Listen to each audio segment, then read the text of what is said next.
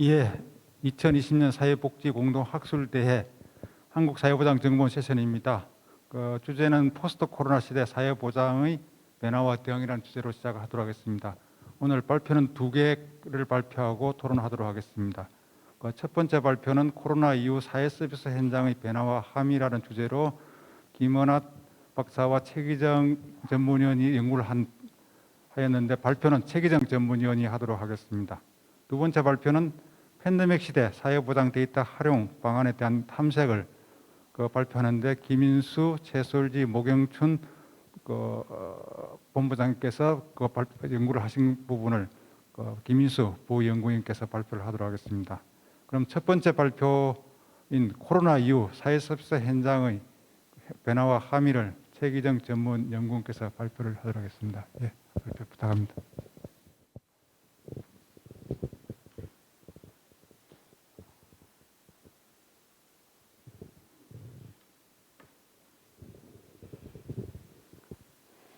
네, 안녕하세요. 한국사회보장정보원 최기정입니다.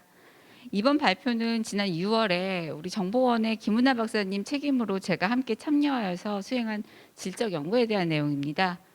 주제는 코로나 이후 사회서비스 현장의 변화와 함의이고요. 발표는 제가 하도록 하겠습니다. 네, 그럼 시작하겠습니다. 코로나19는 사회 전반의 분야나 영역과 무관하게 굉장히 혼란을 준 그러한 재난이었습니다. 지금도 그런 상태이고요. 본고에서는 사회적으로 감염병에 대한 주의가 현재까지 지속되고 있는 가운데 상대적으로 주목받지 못하였던 기관 방문 서비스, 재가 서비스 등 전반적인 사회 서비스에 대한 현장의 상황을 살펴보고자 하는 데 있습니다. 현장의 환경의 변화를 부분적으로나마 이해하고 향후 대비를 위한 함의를 도출하고자 하는 목적으로 진행을 해보았습니다. 인터뷰 개요 보시겠습니다. 연구 방법은 코로나19 발생 이후 서비스 제공 양상과 그 과정에서 이용자와 제공자의 경험의 변화가 무엇인지를 살펴보기 위해서 포커스 그룹 인터뷰로 진행을 하였습니다.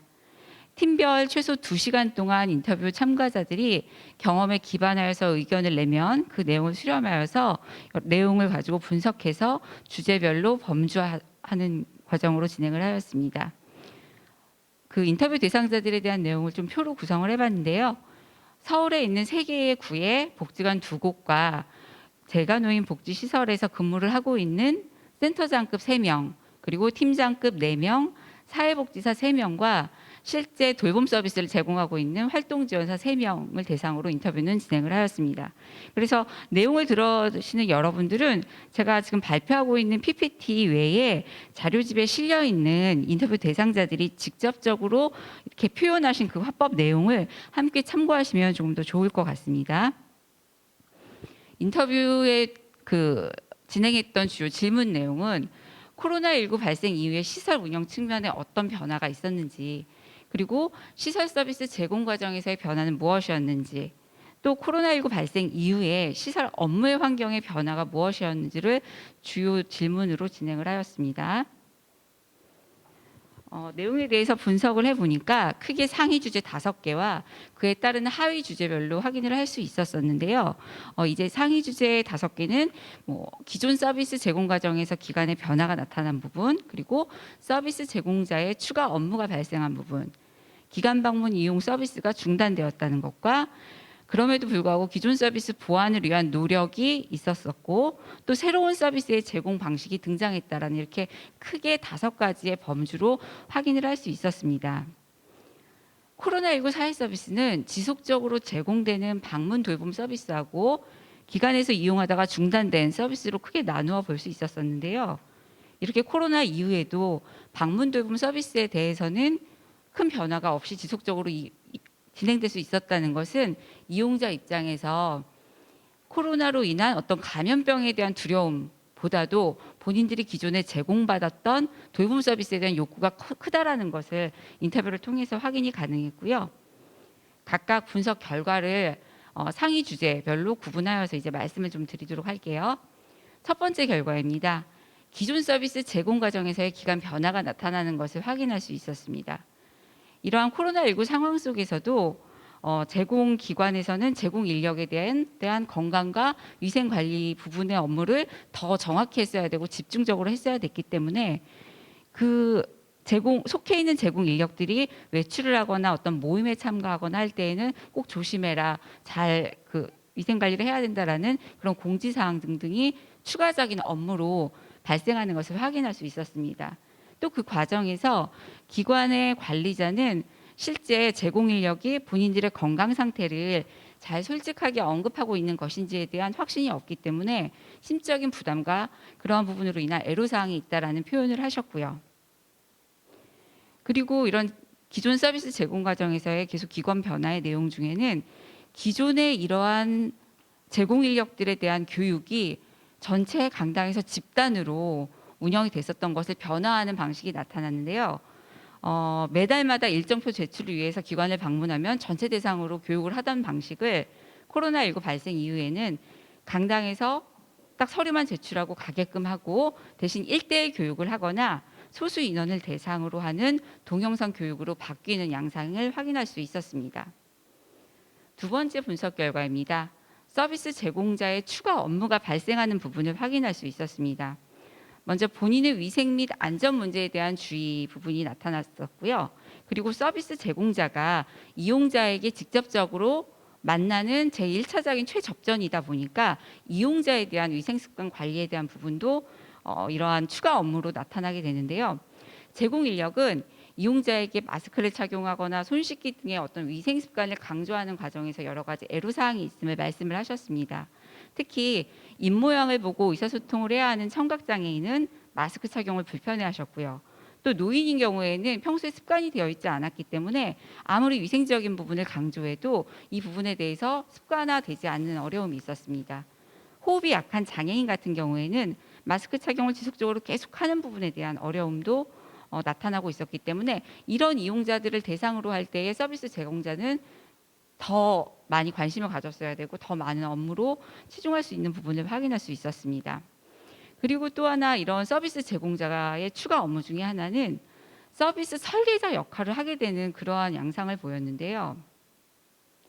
이렇게 복지관이나 도서관 등의 지역사회 이용 시설들이 휴관되고 중단됨에 따라서 제공 인력이 이용자를 돌봐야 되는 시간은 길어지게 되죠.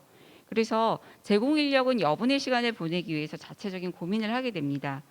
또한 그 과정에서 제공 인력 본인들의 사비가 들어가기도 하고요. 정해진 시간 이상으로 서비스를 제공해야 하는 상황이라던가 대중교통을 이용자를 데리고 같이 할 때의 어떤 애로사항들 등을 표현을 했습니다. 그래서 이렇게 돌봄 서비스 제공 인력이 서비스 내용을 직접 설계해야 되는 설계로 인한 업무 부담을 호소하기도 하셨습니다. 세 번째 분석 결과는 기관 방문 이용 서비스가 중단됐다는 점입니다. 기관의 서비스 중단은 곧 가족의 부담으로 이어졌고요. 이러한 정기적으로 이용하던 기관 서비스를 참여하지 못하게 되니까 가족 구성원이 그 빈 영역을 담당하면서 돌봄의 가중을 느끼게 되죠. 그리고 이러한 것이 장기화됨에 따라서 그 이용자의 부모가 되는 분들은 휴직을 하거나 퇴사를 하는 문제도 발생을 하게 됩니다. 또 많은 이런 기관에서 이용하는 서비스 중에 치료 서비스가 많았는데요. 실제 치료 서비스는 중단이 없이 계속돼야 되기 때문에 그렇게 될 때의 효과를 확인할 수 있거든요. 그런데 이제 이 서비스가 중단되니까 보호자들 입장에서는 서비스 중단하지 않고 할 수 있는 사설기관, 그런 기관들을 확인해서 타 기관으로 이동하는 그러한 현상도 나타났습니다. 기관 방문 서비스의 이용 중단은 이용자의 건강 악화로도 연결이 됩니다. 많은 이용자들이 밖에 나가지 못하고 고립 상태에 있는 답답함을 기관에 있는 담당자들에게 전화해서 호소하기도 했고요. 또 심한 경우에는 치매 전조 증상을 보이거나 또 인지 능력이 감소되는 사례도 발생을 하면서 실제 기관 휴관으로 서비스가 충분히 제공되지 못한 취약한 대상자들의 상태가 악화되는 것을 확인할 수 있었습니다. 주로 체중증 장애인, 독거노인, 우울증이 있는 이용자라던가 치료가 필요한 발달 장애인들의 그 건강 상태가 악화되는 것을 알 수가 있었습니다. 서비스의 이용 중단은 사실은 이 기관의 운영 난과도 연결이 되는데요. 발달 장애인을 위한 자립 지원 평생교육 프로그램이나 복지관에서 제공하는 치료 서비스는 유료로 진행하는 서비스입니다. 그래서 이런 유료 서비스 같은 경우에 서비스가 완전히 중단되면 기관에서 이 수입이 중단되는 것을 의미하기도 하고요. 기관의 수입이 중단된다는 것은 서비스를 제공하기 위해서 사전에 계약했던 강사라던가 프로그램 강사죠. 강사라던가 아니면 돌봄 서비스의 제공 인력 입장에 일자리가 사라지는 문제와도 연결되는 그러한 문제가 발생하는 것을 확인할 수 있었습니다. 그럼에도 불구하고 분석 결과 네 번째를 보시면 이렇게 기관의 서비스가 중단됐지만 기관에 속해 있는 종사자들은 기존 서비스를 보완하기 위해서 다양한 노력을 하고 있는 것을 확인할 수 있었습니다. 먼저 기존 이용자에 대해서 전화 상담을 계속하거나 안부를 확인하거나 건강 상황을 모니터링하면서 건강에 취약한 노인들에게 연락하는 방법을 계속 이어나갔고요. 또 이용자의 관계를 지속하고 대체 서비스를 전달하고 모니터링을 계속 하고는 있었지만 사실 그에 대한 피드백이 바로 확인되지 않아서 어려운 부분도 없잖아 있다고 말씀을 하셨습니다. 이렇게 서비스의 어떤 공백을 메꾸기 위해서 여러 다른 방법을 사용을 하다 보니까 기존에 하던 방법과 다르게 또 다른 업무의 부담이 가중되는 것을 확인할 수 있었는데요. 대표적으로는 잘 지내고 계시는지 안부를 확인하면서 전화 안부 서비스를 많이 활용을 하셨어요. 그래서 전화 안부 서비스가 증가됐었고요. 또 이용자들이 필요한 물품을 이제 제공하기 위해서 맞춤 키트를 이용자가 사는 집에 종사자가 직접 찾아가서 주고 오거나 아니면 우편을 활용해서 발송하는 방법을 사용을 하셨습니다. 기존에는 뭐 복지관이나 기관에 직접 오셔가지고 아무 때나 반찬을 사가기도 하시고 했던 그러한 방식들을 시간을 정해서 그분들이 서로 이렇게 겹쳐지지 않도록 해서 반찬을 받아가도록 하는 방법도 기존 서비스를 계속 보완하기 위해서 한 노력 중에 하나고요. 하지만 이제 과거와 달라진 것은 확실히 자원봉사자들이 오지 못하는 상황이었기 때문에 기관에 속해 있는 사회복지사나 일부 종사자들이 다 그 부분을 감당해야 된다라는 업무의 과중을 확인할 수 있었습니다.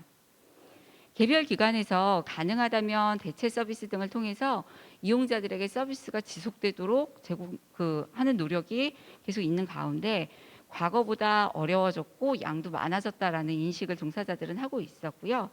또 서비스 제공을 위한 아이디어를 도출하는 과정이나 강사가 진행했던 여러 가지 프로그램 등을 직접 담당해야 되는 그러한 업무도 많아졌다는 것을 확인을 할 수가 있었습니다. 다섯 번째 분석 결과입니다. 새로운 서비스 제공 방식이 등장했는데요. 이렇게 기존 서비스를 유지하는 보완 방식 이외에 기관에서는 독자적으로 어떤 방식을 개발해서 서비스를 제공하는 그런 노력을 보여주셨어요. 발달장애인을 위한 평생교육 문화여가 프로그램을 한 복지관에서는 직원들이 직접 참여해서 이용자한테 전달하기 위해서 모여서 촬영을 하고 온라인에 대한 콘텐츠로 만들어가지고 이 부분을 가정에서 훈련할 수 있도록 전달을 하셨고요. 이러한 방식은 다른 기관에서도 같은 방식으로 서비스를 제공하기 위해서 확산되는 효과도 보이기도 하셨습니다. 그렇지만 이제 이런 온라인 프로그램은 준비 과정에 많은 비용이 소요가 되겠죠. 그리고 콘텐츠 구성에 대한 어떤 아이디어와 준비 제작에 많은 노력과 시간이 필요하다라는 것을 확인을 해서 조금 어려움을 말씀을 하셨고요. 또 다양한 콘텐츠의 빠른 제공을 위해서는 사실은 이것을 이용하는 이용자의 욕구를 확인하고 그들의 어떤 피드백을 바로 받아서 반영을 해야 되는데 그 부분이 쉽지 않다라는 한계가 좀 나타났고요. 과거와는 다르게 콘텐츠의 제작을 하는 능력이 뛰어난 실무자들, 사회복지사들이 있으면 더 유능한 직원이다라고 기관 안에서 인식하는 이러한 변화도 확인을 할 수가 있었습니다. 이런 코로나19와 상황과는 좀 무관하게 이렇게 온라인 콘텐츠를 개발해서 서비스를 제공하는 게 긍정적이다라는 평가를 받기도 했는데요. 특히 반복적으로 훈련이 필요한 이용자들한테는 복지관에 굳이 오지 않아도 이용을 할 수 있는 점, 그리고 특히 휴일이나 주말 같은 경우에는 코로나19 이전에도 이용을 하지는 않았었으니까요. 그때에도 집에서 활용할 수 있다는 점에서 되게 이런 온라인 콘텐츠 활용에 긍정적인 평가가 나타났던 것으로 알 수 있었습니다. 역시 새로운 서비스의 제공 방식이지만 아직까지는 그 효과에 대해서 확인할 수 없었다라는 어려움을 말씀을 해주셨고요. 그나마 이제 확인할 수 있는 부분은 가족을 통해서 가정에서 어떻게 이용하고 있는지, 그거를 그렇게 이용했더니 결과가 어떻게 나오더라, 이런 정도만 이제 확인할 수 있다는 한계점을 말씀을 하셨습니다. 이런 결과를 통해서 몇 가지 사회서비스 현장에 함의를 도출해 봤습니다. 감염병 위기 상황에도 사회서비스, 특히 돌봄과 치료 서비스를 지속적으로 필요로 하는 이용자를 위한 체계화된 대안 마련이 필요하겠습니다. 그리고 사회서비스를 제공받는 노인이나 발달장애인, 청각장애인 등 취약계층의 특성에 따라서 위생관리 체계가 마련되어져야 하겠습니다. 기관에서는 시행하는 종사자에 대한 집단 교육 방식을 대체할 수 있는 방안과 신규 업무에 대해서 내부 직무 분석을 하는 것, 그리고 역할의 재분담을 해야 하는 것이 좀 필요할 것 같습니다. 돌봄 서비스 제공 인력의 케어 시간 확대가 예상될 경우에 돌봄 시간 내에 활용할 수 있는 프로그램의 예시와 관련 정보에 대한 제공을 해줘야 될 것 같고요. 혹 제공 인력이 추가 비용을 사용하게 될 수 있음을 감안해서 급여와 연계할 수 있는 방안을 마련하는 것도 제안을 드려봅니다. 기관 내에서 수행되었던 기존의 집단 프로그램의 소규모 운영 방안이 마련되어져야 하겠는데요. 사실 소규모로 운영을 하기 위해서는 별도의 추가 인력이 필요하고요. 어떤 공간에 대한 부분도 검토가 돼야 되고요. 횟수라던가 회기를 조정하는 등 실제 세부 계획 마련이 되어져야 할 것 같습니다. 기관에 휴관이 발생됨에 따라서 사실 기관들이 많이 어려워하고 있던 부분 중에 하나가 기관의 기존의 예산과 재정을 사용하는 부분, 그리고 프로그램에 기존에 세워놨던 어떤 실적 관리를 어떻게 할 것이냐, 이런 부분에 대해서 변화가 나타나는데, 이런 것에 대해서 조금 더 현장이 자유롭고 자율적으로 운영할 수 있는 그러한 운영 지침이 시달려야 될 것 같습니다. 또 위기 상황에 동시적이고 신속하게 대처할 수 있는 관할 시도 및 보건복지부 등이 상위 기관의 정확한 의사결정과 전달이 필요하다라는 그러한 의견도 주셨습니다. 좀 마무리를 하겠습니다. 사회서비스 현장은 정부에서 제시한 방역 지침을 충실히 수행해 나가면서 각 기관이 보유한 자원을 활용하고 취약한 이용자에게 지속적인 서비스를 제공하기 위해 최선의 노력을 기울이고 있는 것을 확인할 수 있었습니다. 현재까지 혼란스러운 상황이 지속되고는 있지만 이런 코로나19 발생 이후에 확인되는 가능성, 그리고 또 이러한 연구를 통해서 확인된 한계를 바탕으로 앞으로 사회서비스 환경을 개선하고 한 단계 도약하는 발판 마련에 더 힘을 써줬으면 좋겠다는 바람을 가지면서 발표를 마치도록 하겠습니다. 감사합니다. 예, 그 최기정 전문 연구원께서 코로나 이후 서비스 현황과 변화와 함의를 제시했는데, 코로나19 발생 이후에 시설 운영 측면과 아마 서비스 제공 과정의 변화를 상세하게 설명을 해주었습니다. 아울러 코로나19 이후에 사회 서비스 변화의 시사점을 10가지 정도 제시를 했습니다. 아마 이 부분들이 우리가 앞으로 개척해야 할 과제가 아닌가 생각이 듭니다. 그리고 코로나19 발생 이후에 사회 서비스 제공은 아마 이용자 가정과 거주 지역에 집중하게 됨에 따라서 지역 중심의 사회 서비스를 대비한 준비도 필요하다라는 것을 말씀해 주셨습니다. 예, 이어서 토론을 시작하도록 하겠습니다. 토론은 한양사이버대학교 사회복지학과 장연진 교수님께서 해주시겠습니다. 예, 부탁드리겠습니다.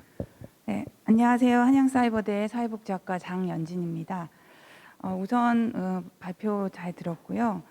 발표 들으시면서 다 느끼셨겠지만 그 사회 서비스 현장에 대해서 많은 애정을 가지고 이 연구를 진행하신 것 같아서 현장에 관심을 가지고 있는 그 사회복지학계에 있는 사람으로서 이 연구가 아주 중요하고 앞으로도 이런 연구가 계속되었으면 하는 바람을 가지고 있습니다.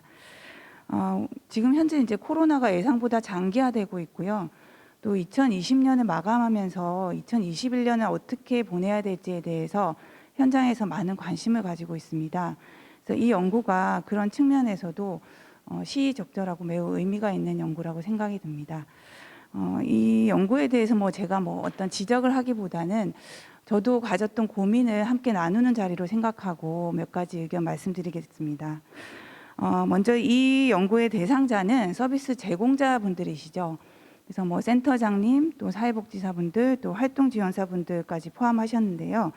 일단 이제 서울 지역에 한정된 그런 서비스 제공자분들이시고, 또 인력의 측면에서도 아마 사회복지사의 입장이나 활동지원사의 입장은 조금씩 다른 측면이 있을 것이라고 생각이 듭니다.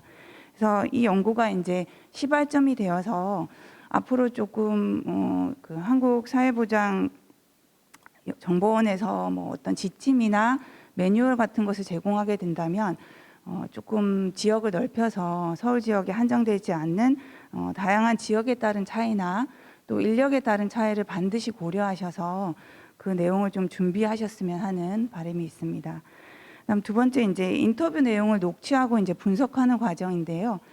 아무래도 이제 좀 이제 발표에 한계가 있다 보니까 분석의 과정은 조금 이제 상세하게 밝히지는 않으셨는데 전체적으로 이제 질문을 하실 때는 시설 운영의 측면이랑 뭐 서비스 제공 과정에서의 변화, 또 업무 환경의 변화 이렇게 초점을 맞춰서 질문하셨다고 하셨는데 결과는 이제 나온 결과를 이제 종합 정리하는 방식으로 하셨다 보니까 좀 원래 이제 계획과 좀 다른 이제 결과 틀이 나왔는데요. 이제 제가 봤을 때는 지금의 결과가 크게 이제 한 세 가지 정도로 구분될 수 있을 것 같습니다. 첫 번째는 기존 서비스 제공에서 발생한 변화가 있을 것 같고요. 그다음에 서비스 중단에서 발생한 변화, 그리고 신규 서비스 제공에서 발생한 변화 이렇게 세 가지 정도로도 구분해 볼 수 있을 것 같고요. 또 이제 그 제공자나 이용자의 입장, 그러니까 크게는 이제 기관의 입장, 그리고 실제 서비스를 제공하는 인력의 입장, 그리고 서비스를 이용하는 이용자의 입장 이렇게도 좀 구분을 해볼 수 있을 것 같습니다. 그래서 결과를 제시하실 때 좀 이러한 전체적인 그 연구의 결과를 조망할 수 있는 좀 틀을 이용하셔서 각각의 입장에서 어떤 결과가 나왔는지를 좀 핵심적으로 정리를 해주신다면 저희가 이제 이 연구를 좀 더 잘 이해하는 데 도움이 되실 것 같습니다. 다음 세 번째로 이제 이 연구 결과를 가지고 총 이제 10가지 이제 대안들을 제시를 하셨는데요. 사실 이 10가지 대안들은 이제 상세하게 연구를 한 결과를 바탕으로 도출된 대안들이고 또 현장에 아주 밀접한 그런 대안들이라서 저도 많은 공감을 했고요. 뭐 그중에서 특히 이제 온라인 콘텐츠 개발이나 소규모 프로그램 진행, 또 뭐 ICT 기반의 뭐 서비스 개발 이런 것들은 정말 앞으로 적극적으로 이제 보완이 돼야 될 부분이라고 생각이 듭니다. 그런데 이제 이 과정에서 우리가 중요하게 생각해야 될 부분이 어떤 서비스 대상자의 특성, 뭐 노인이나 장애인, 또 아동 여러 가지 이제 대상자의 특성이 있을 것이고요. 또 서비스의 목적이 있을 것입니다. 그래서 실제로 이제 스마트 기기에 익숙하지 않은 이제 어르신들이 막 이런 말씀을 직접 하시는 걸 들었어요. 뭐 자기도 이제 스마트폰 뭐 교육 같은 거 예전에도 간혹 했었으니까 신청을 많이 했는데 계속 추첨해서 계속 떨어져서 못했더니 지금 갑자기 이 코로나 시대가 되니까 마치 내가 무슨 500년 전 사람처럼 이제 느껴지고 이 시류에 못 따라가는 게 막 바보같이 느껴진다. 막 이런 말씀을 하시더라고요. 그래서 이분은 뭐 본인은 스스로 되게 사회활동 열심히 하시고 뭐 통장까지 하셨던 어르신인데 갑자기 이렇게 상황이 변하다 보니까 거기에 못 따라가면 되게 본인이 막 그 낙오자가 된 듯한 그런 느낌을 받으신다고 하셨거든요. 그래서 자꾸 이제 정보화가 중요하고 스마트 기기 보급하고 이런 것도 중요하지만 이 서비스 대상자의 특성에 맞게 그런 서비스 전달에 있어서 어떤 소외감이나 위축감이 들지 않도록 하는 것도 중요한 부분이 될 것 같고요. 또 만약에 이제 서비스의 목적에 있어서 서비스의 목적상 대면이 필요하다면 지금까지처럼 무조건 비대면을 강조할 게 아니라 뭐 비접촉 대면 방식으로 우리가 할 수 있는 방법도 앞으로는 반드시 고려해야 되지 않을까라는 생각이 듭니다. 우리가 전화 안부 서비스를 많이 보강을 했어요. 그 대면을 못 하니까. 근데 이 전화 안부 서비스를 그냥 뭐 전화해서 뭐 잘 지내시죠? 괜찮으시죠? 그냥 이렇게 안부만 묻고 끝나는 걸로 그치다 보니까 횟수는 많지만 그 전화 안부를 묻는 횟수는 많지만 실제로 이게 대면 서비스에서 우리가 추구했던 서비스의 목적을 달성할 수 없었다는 얘기를 많이들 하시거든요, 현장에서는. 그래서 이런 부분에 대해서 그 대상자 그 목적에 맞는 그런 필요하다면 대면 서비스도 방역 수칙을 준수한 대면 서비스를 뭐 몇 회에 한 번 정도는 할 수 있는 그런 지침들이 나와야 되지 않을까라는 생각이 들고요. 실제로 이 연구에서도 언급했다시피 뭐 서비스 그 감염에 대한 두려움보다는 서비스 중단에 대한 두려움이 더 크다 뭐 이런 말씀도 하셨더라고요. 그만큼 우리 사회 서비스 대상자들의 그런 절박한 심정을 이제 앞으로는 좀 더 고려할 필요가 있겠다는 생각이 듭니다. 그 외에도 이제 뭐 지금 서비스 제공 인력들이 외부 강사를 못 쓰다 보니까 본인들이 막 프로그램을 하고 본인들이 프로그램 설계자 역할을 한다는 말씀 너무나 공감이 되는 말씀이고요. 그렇게 부담이 되는 거는 결국 원래 제공했던 서비스의 질 저하를 나오게 하기 때문에 반드시 그런 부분에 대해서 역할이 과중되고 있는 부분에 대한 고려가 필요할 것 같고요.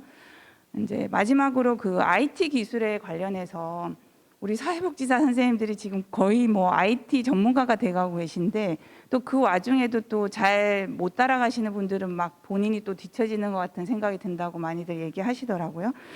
근데 사실 이제 저는 우리 사회복지사 선생님들이 다 IT 전문가가 되실 필요는 없다고 생각이 듭니다. 그래서 전문 인력에게 맡기는 게 좋다고 생각하고요. 이미 이제 온라인 콘텐츠 같은 것들이 각종 뭐 사회복지관 협회라든가 각 시설 협회들에서 많이들 만들어 가고 계세요. 그래서 그런 것들을 좀 잘 활용할 수 있는 방법을 안내하는 것이 더 중요하지 않나 이런 생각이 듭니다.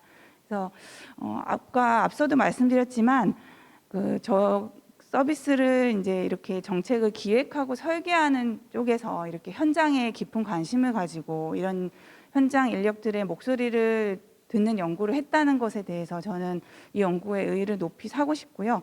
앞으로도 이제 이런 연구가 많이 진행돼서 현장과 많이 소통하는 그런 연구들이 많이 진행됐으면 좋겠습니다. 예, 이상으로 토론을 마치겠습니다. 예, 감사합니다. 지금 장영희 교수님께서는 지금 현재 사회 서비스 현장에서 일어나고 있는 연구에 대해서 깊은 고마움을 느끼고 있는 것 같습니다. 그러면서 앞으로 향후에 더 해야 될 상황을 세 가지 측면에서 아마 강조를 하셨습니다. 이 부분이 아마 앞으로 우리가 그 사회 서비스 현장에서 일어나는 목소리를 더욱더 담아서 실제 지역 중심의 사회 서비스에 대비한 준비를 하는 방향성에 대해서 아주 감명 있게 몇 가지 말씀을 해주신 것 같습니다. 아주 감사합니다. 이어서 두 번째 발표를 시작하도록 하겠습니다. 팬데믹 시대 사회보장 데이터 활용 방안에 대한 탐색입니다.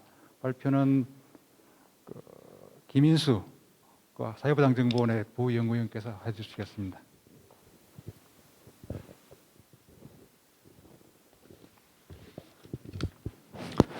네, 안녕하십니까. 팬데믹 시대 사회보장 데이터 활용 방안에 대한 탐색 발제를 맡은 사회보장정보원의 김인수 부연구위원입니다. 본 발제 자료는 저를 포함해서 저희 정보원의 모경춘 본부장님 그리고 최솔지 전문연구원과 함께 공동으로 작성한 내용입니다. 소위 말하는 데이터 3법으로 대변되는 그 환경의 변화에 따라서 나타나고 있는 사회보장 데이터의 활용 방향성에 대해서 논의하기 위해서 마련된 발제 자료라고 보시면 될 것 같습니다. 저희 정보원은 보건복지부와 공동으로 사회보장 데이터의 활용 방향에 대한 중기 단위 로드맵을 작성을 하고 있습니다. 그 작성되고 논의되는 과정에서 조금 더 심도 있는 논의와 토론이 필요한 주제들에 대해서 금일 발제를 하게 되었습니다. 오늘 발표하는 내용은 앞에서 제시하는 그 최기정 선생님이 제시했던 내용과는 좀 다르게 특정 연구의 결과라기보다는 사회보장 데이터를 활용하기 위한 방향성과 연구용 DB 구축을 위한 방법론을 개념적으로 좀 선제적으로 제시하고자 하는 부분이 강하다라고 봐주시면 될 것 같습니다.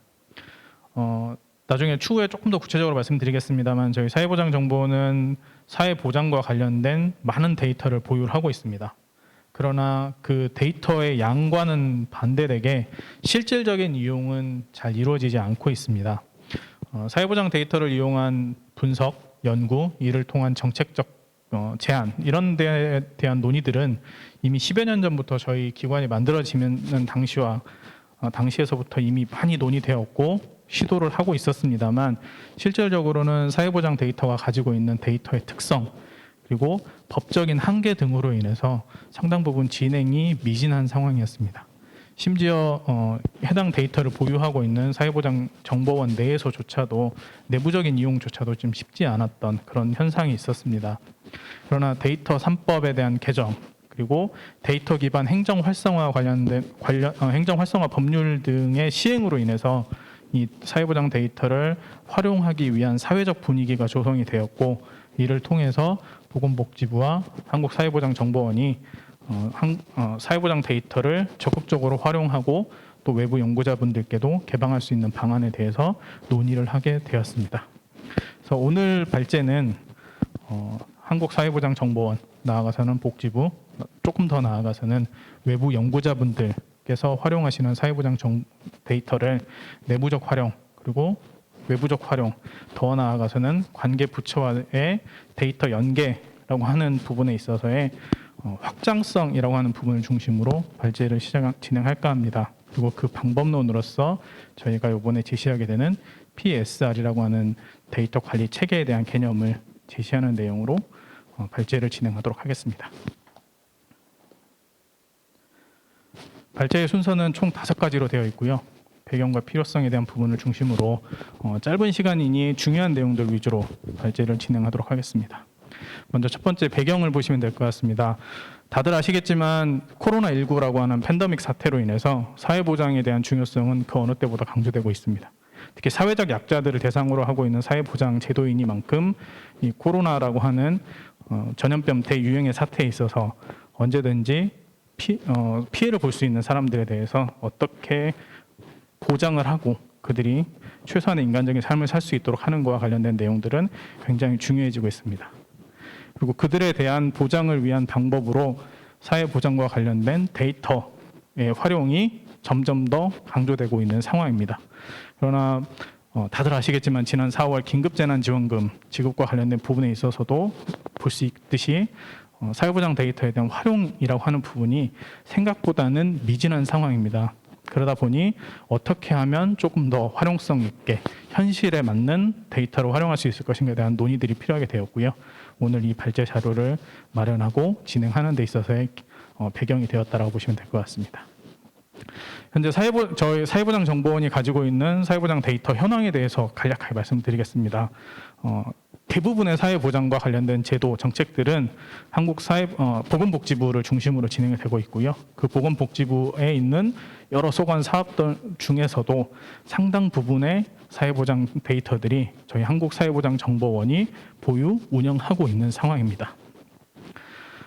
한국사회보장정보원은 총 8대 시스템이라고 해서 8가지 정도의 시스템 운영을 하고 있고 그 안에 생각보다 상당히 방대한 양의 행정 데이터들을 보유하고 있습니다.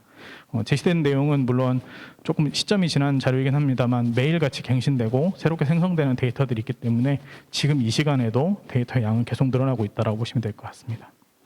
이런 데이터의 활용과 관련된 상황을 둘러싸고서 환경 변화들이 2020년 올해 급격하게 진행이 되고 있습니다. 첫 번째로는 법률적 환경이 변화하고 있습니다. 말씀드린 대로 데이터 3법의 개정을 통해서 연구와 공익적 목적을 위한 데이터의 활용이 촉진이 되고 있고요. 두 번째로는 데이터 기반 행정 활성화 법률이라고 하는 법률의 개정을 통해서 행정 데이터를 활용한 연구, 그를 통한 활용 등이 굉장히 활성화될 수 있는 기반을 마련했습니다. 두 번째로는 정책 환경의 변화라고 볼 수 있습니다. 다들 아시겠지만 K-뉴딜이라고 하는 정부 정책을 통해서 그중에서도 디지털 뉴딜을 통해서 데이터의 가치 창출에 대한 추진이 굉장히 중요해진 상황이라고 보시면 될 것 같습니다. 그리고 학술 환경에 대한 변화인데요.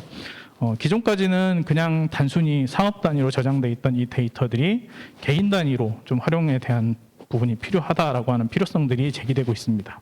물론 이런 내용들이 제기된 거는 지난 한 10여 년간 꾸준히 나타나고 있었습니다만 실제로 이런 시도들이 나타나게 된 거는 지난해인 2019년부터 천천히 나타나고 있다라고 보시면 될 것 같습니다. 그러나 이제 저희 이런 환경 변화에도 불구하고 저희들이 가지고 있는 데이터를 바로 사용하지 못하는 한계점들이 몇 가지가 있습니다. 간단하게 말씀을 드리자면 저희가 가지고 있는 이 행정 데이터들은 굉장히 큰 볼륨을 가지고 있는 데이터이긴 합니다.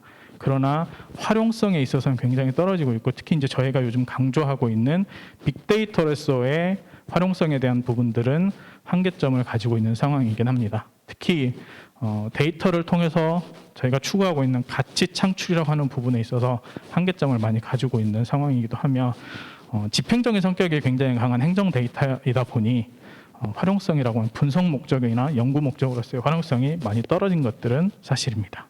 그리고 이제 가장 저희들이 좀 안타깝게 생각했던 것들 중에 하나인 각 사업별로 사회보장과 관련된 사업별로 데이터들이 분절적으로 보관되고 관리되고 있습니다. 그러다 보니 통합적인 관점에서의 연구, 분석이라고 하는 부분에 한계성을 가지고 있는 것이 지금 현실적인 상황입니다. 그래서 이러한 현실적인 한계점들을 개선할 수 있는 방법이 무엇일까에 대한 부분을 논의를 하고 관련된 대안들을 찾는 과정 속에서 저희가 데이터들을 연계해서 활용할 수 있는 방안이 무엇일까에 대한 부분들을 논의를 하게 되었고요. 그 개념적인 부분에서의 방법론으로서 PSR이라고 하는 부분을 제시를 하게 되었습니다. 이 PSR이라고 하는 부분은 개인 중심의 빅데이터를 구성하고자 하는 부분입니다. 그래서 지금 각 사업별로 분절되어 있고 통합되어 있지 않은 이 데이터들을 사람을 중심으로, 즉 개인이라고 하는 단위를 중심으로 연계시켜서 하나의 데이터 셋으로 구축을 하고 그걸 통해서 종합적인 분석, 연구 등을 진행할 수 있도록 해보자라고 하는 부분이고요. 나아가서는 단순히 저희 사회보장과 관련된 뿐만 아니라 다른 부처들과의 관련된 데이터까지도 한꺼번에 구축을 통합을 해보자라고 하는 부분입니다. 그래서 이미 기술적인 측면에서는 이와 관련된 부분들이 다 구축이 되어 있는 상태입니다. 이 연구하시는 분들 대부분 많이 아시고 이용하시기도 합니다만 패널 조사와 같은 부분들도 이 PSR 체계의 가장 기본적인 형태라고 보시면 될 것 같습니다. 그래서 기술적인 측면이나 법제도적인 측면에서 PSR 체계를 통한 데이터, 개인 단위 데이터의 연계라고 하는 부분이 어느 정도 마련되었다라고 하는 부분을 봐주시면 될 것 같습니다. 그래서 저희가 제안하는 PSR 체계를 조금 더 구체적으로 말씀을 드리자면 실질적으로는 각 사업별로 흩어져 있는 데이터 그리고 정합성이라고 하는 부분들이 잘 유지되지 않는 이 데이터들을 사람이라고 하는 개인을 중심으로 연계해보고 그 내용들을 최신화로 유지하도록 하는 부분들을 기본 골자로 하고 있습니다. 그래서 PSR이라고 하는 거는 저희 보건 쪽에서 PHR이라고 하는 그 데이터 활용 개념을 가지고 와서 제안한 내용입니다. 그래서 퍼스널 소셜 어페어 코드라고 저희가 제시를 했고요. 저희가 소셜 어페어라고 하는 부분을 제시한 이유 중에 하나는 복지, 사회보장이라고 하는 부분이 영어로는 웰페어로 제시될 수 있습니다만 사회보장이라고 하는 부분이 단순히 복지와 관련된 내용뿐만 아니라 그 사람의 사회 환경과 관련된 모든 내용을 통합적으로 고려했을 때 가장 효과적으로 제시될 수 있는 부분이라서 소셜 어페어, 즉 사람의 사회 환경과 관련된 부분까지 통합적으로 확장하고 활용할 수 있도록 하자는 측면에서 소셜 어페어라고 하는 부분을 제시를 했습니다. PSR 체계의 가장 기본적인 핵심은 각 사업별로 분절적으로 존재하고 있는 데이터들을 하나의 연구용 DB로 통합하자라는 내용이라고 보시면 될 것 같습니다. 그래서 이를 위해서는 기존의 사업별로 되어 있던 데이터를 개인 중심으로 정확도 있게 검증해서 연계하는 게 가장 핵심적인 내용이고요. 이를 위한 기본적인 개념 설계, 기술적인 종합적인 이 통합성 이런 부분들까지도 한꺼번에 같이 가져가야 되는 내용이다라고 보시면 될 것 같습니다. 이 PSR의 가장 핵심적인 내용은 크게 4가지로 제안을 해볼 수 있습니다. 첫 번째로는 데이터 연계를 위한 기본 단위가 개인이라는 점입니다. 그리고 두 번째로는 시간의 흐름에 따라서 받게 되는 각 개인의 사회보장 데이터까지 한꺼번에 통합적으로 연계하겠다는 내용이고요. 세 번째로는 단순한 데이터를 제시가 아니라 각 데이터들의 융합이라고 보시면 될 것 같습니다. 그래서 내부적인 융합, 외부 부처와의 융합까지도 함께 고려하고 있다고 보시면 될 것 같습니다.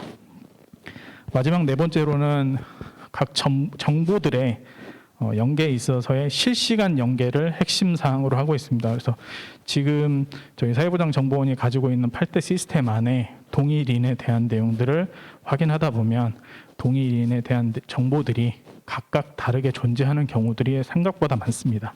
그런 내용들을 실시간으로 현행화하고 정책에 반영할 수 있도록 하고자 하는 기본적인 체계로서 데이터 관리 체계로서의 PSR을 저희가 개념적으로 제시한다라고 보시면 될 것 같습니다. 개인 중심의 사회보장 데이터, 즉 이 PSR 체계를 활용했을 때 나타날 수 있는 저희가 활용할 수 있는 이 확장 가능성이라고 하는 부분에 대해서 잠시 제시를 하고자 합니다. 이 확장 가능성이라고 하는 것은 저희 사회보장 정보원만이 가지고 있는 데이터가 아니라 각 부처별로 존재하고 있는 데이터들을 통합적으로 연계해서 활용해보자라고 하는 것을 기본 골자로 하고 있습니다. 그래서 다들 아시겠지만 사회보장제도가 저희 사회보장정보원과 복지부가 가장 많이 시행을 하고 있습니다만 각 부처별로도 시행을 하고 있는 사업들이 생각보다 많습니다.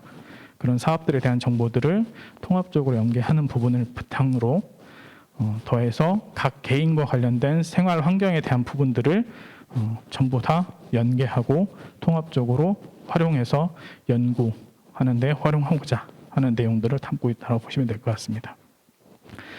그림에서 보여지듯이 기본적으로 저희 사회보장정보원이 가지고 있는 사회보장에 대한 정보, 그리고 인적 정보, 각 개인의 의료와 관련된 정보, 소득 및 건강재산 정보, 주거와 관련된 정보들을 기본적으로 묶어내는 것이 PSR 체계이고요. 1차와 관련된 연계라고 보시면 될 것 같습니다. 여기에 각 개인이 가지고 있는 사회 환경과 관련된 정보, 고용이라든가 교육, 입출국과 관련된 내용들, 그다음에 군 복무, 체납과 관련된 부분까지 저희가 전반적으로 묶어냄으로써 연구에 활용을 하고 이걸 통해서 개인 단위 맞춤형 사회보장 제도를 제공하는 것을 가장 근본적인 목적으로 하고 있다라고 보시면 될 것 같습니다. 예시로서는 저희가 지금 진행하고 있는 여러 가지 방안들이 있습니다. 첫 번째로는 가구 단위 확정을 위해서는 행정안전부와 이미 연계를 하고 있습니다만 이 연계라고 하는 부분들이 실시간이 아니라 필요한 때 그때그때 진행되고 있는 내용들이고요. 특히 복지사각지대를 위해서 각종 여러 기관들과 연계를 하고 있습니다만 이런 연계 가능성이라든가 활용성이 굉장히 떨어지는 부분들이 있어서 이런 내용들을 개인 단위로 연계를 함으로써 상시적으로 활용할 수 있는 방안들을 마련해보자라고 하는 것이 본 발제의 기본 내용이라고 보시면 될 것 같습니다. 기대 효과로는 연구 분야, 사업 분야, 정책 분야, 국가 재정 효율성이라고 하는 분야에서의 각각의 기대 효과들을 가지고 있습니다. 그래서 저희가 이와 관련된 추진 방향이 지금 현재 복지부와 공동으로 사회보장 빅데이터 구축을 위한 중장기 발전 계획, 즉 로드맵 수립을 위한 방안을 진행을 하고 있습니다. 그리고 이 로드맵을 바탕으로 차년도부터는 개인 중심의 사회보장 연구용 DB 구축 사업을 시작하고자 합니다. 저희가 전반적으로 그리고 있는 PSR 체계를 활용한 사회보장 제도의 연구용 DB 그리고 이를 통한 사업화 확장에까지에 대한 그림을 간략하게 보여드리면서 본 발제를 마무리하도록 하겠습니다. 본 발제는 한국사회보장정보원이 보유하고 있는 사회보장 데이터를 중심으로 사업별로 분절되어 있는 데이터를 연계하고 타 부처와 공공기관으로 범위를 확장하는 데 있어서의 필요한 데이터 관리 체계를 PSR이라고 하는 개념을 도입해서 제안하고자 하는 것을 근본 목적으로 하고 있습니다. 그래서 조금 더 연구의 결과라기보다는 개념적인 수준에서의 제시, 제안이라고 하는 부분에서 그 의의가 있다라고 하는 점을 인지해 주시고 좀 논의를 진행하는 데 있어서 많은 의견들을 주셨으면 좋겠습니다. 감사합니다. 예, 수고하셨습니다. 팬데믹 시대의 사회보장 데이터 활용 방안으로 PSR, 즉 개인 중심의 빅데이터 체계를 제안해 주셨습니다.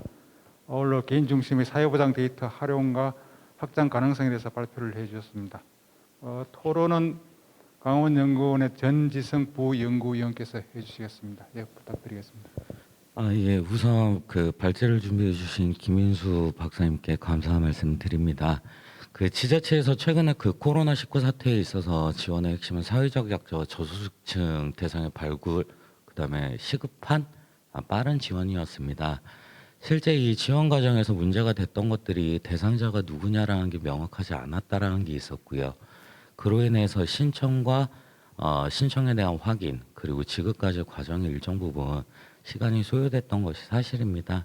이런 측면에서 본다 그러면 오늘과 같은 논의의 자리가 원래는 좀 빨리 이루어졌었어야 되는데 다소 늦은 감은 있습니다. 그러나 이제 향후를 생각할 때를 대비한다라고 하면 오늘의 논의 자리는 매우 적시성이 높은 것 같습니다. 다만 이 과정에서 실제 이제 데이터를 구축하는 과정에서 주의해야 될 사항들이 몇 가지가 있는 것 같습니다. 하나는 데이터라고 표현하는 것이 맞을지 모르겠지만 자료를 통합하고 활용하는 측면에서의 고려입니다. 실제 이 과정은 효과성하고 효율성에 대한 고려가 필요한 게 사실인데요. 현재 데이터의 상당수를 공무원들, 일선 공무원들이 활용하고 있음을 고려할 때 신청하고 확인, 모니터링까지가 용이한 체계여야 합니다.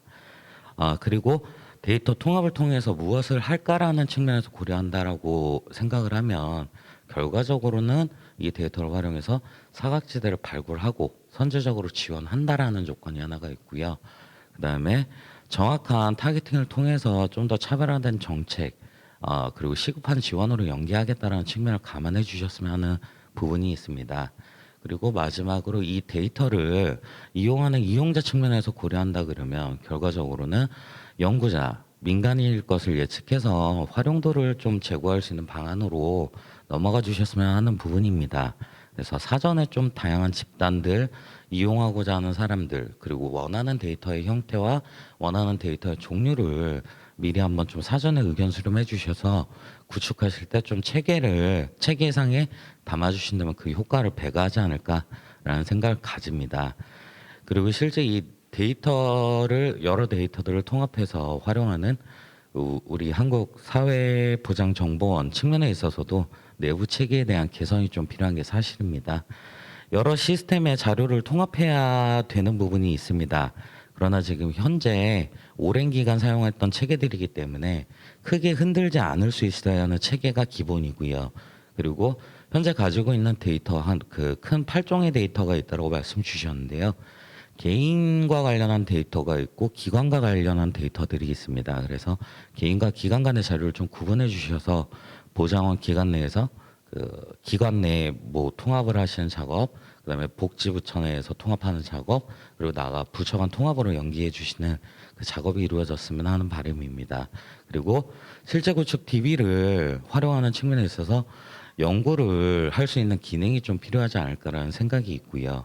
그래서 결과적으로는 부정정보원에서 연구로 일정 부분 그 효과나 향후 방향 등을 그 정부 부처에 정책적으로 제언을 해서 활용한다라고 하면 지금 구축하고자 하시는 방향이 조금 더 빛을 발하지 않을까라는 생각을 가지면서 토론을 마치도록 하겠습니다. 예, 감사합니다. 지금 선생님께서는 두 가지를 아마 말씀을 하신 것 같습니다. 첫 번째는 아마 데이터를 구축할 때 이용자들의 편의 제고와 활용 극대화 방향을 아마 검토를 해야 되지 않을까 하는 걸 말씀하신 것 같고요. 두 번째로는 우리 사회보장정보원이 이런 체계를 구축할 때 빅데이터 활용 분석을 위한 아마 연구 기능 강화를 통해서 사회보장 정책으로 연계할 수 있도록 해야 되지 않을까 하는 말씀을 하신 것 같습니다. 혹시 그 두 분의 토론에 대해서 두 분의 발제작에서 혹시 더 다른 코멘트 하시거나 아니면 더 하실 말씀 있으신가요? 네, 토론을 해주신 전상 박사님 일단 감사의 말씀 전하겠습니다. 말씀해주신 내용들은 저희가 지금 복지부와 협의를 진행하는 과정 중에서 일부 논의되는 내용이기도 하며 또 저희 그 연구용 DB를 위한 구축 과정에서도 계속 심도 있는 논의를 진행하고 방안들을 마련하고 있는 중입니다. 그래서 추후에 이와 관련된 중장기 로드맵 그리고 그와 관련된 세부 과제들이 마련이 된다 그러면 한 번 더 모시고 귀한 의견 들을 수 있는 자리를 마련하도록 하겠습니다. 감사합니다. 혹시 최기정 연구원? 네, 아까 너무 교수님 좋은 여러 가지 말씀하고 또 저희가 연구하면서 조금 부족했다고 생각했던 부분들을 잘 지적을 해주신 것 같고요. 말씀하신 대로 사실은 이러한 코로나19의 상황이 굉장히 저희한테 갑작스러운 상황이었기 때문에 현장에 대해서 다시 한번 저희가 들여다볼 때 어떤 지역적인 편차라던가 아니면 운영 방법이라던가 대상자에 대한 고민 부분 조금 더 고민을 해가지고 더 좋은 좀 연구할 수 있도록 해보겠습니다. 다음에도 좋은 의견 많이 부탁드리겠습니다. 감사합니다. 감사합니다. 지금까지 포스트 코로나 시대 사회보장의 변화와 대응이라는 주제로 두 개의 발표와 토론을 하였습니다. 발표에서 우리가 느꼈던 바와 같이 아마 포스트 코로나 시대에는 지역 중심의 사회 서비스를 준비를 해야 될 것 같고요. 그다음에 개인 중심의 빅데이터 체계를 마련해야 사회보장의 변화와 대응을 이끄는 중심에 우리 한국사회보장정보원이 우뚝 서지 않을까 하는 생각이 듭니다. 그날을 기대해 보면서 아울러 코로나19가 빨리 종식되기를 바라면서 이것으로 2020년 사회복지공동학술대 한국사회보장정보원 세션을 마치도록 하겠습니다. 모두 수고하셨습니다. 감사합니다.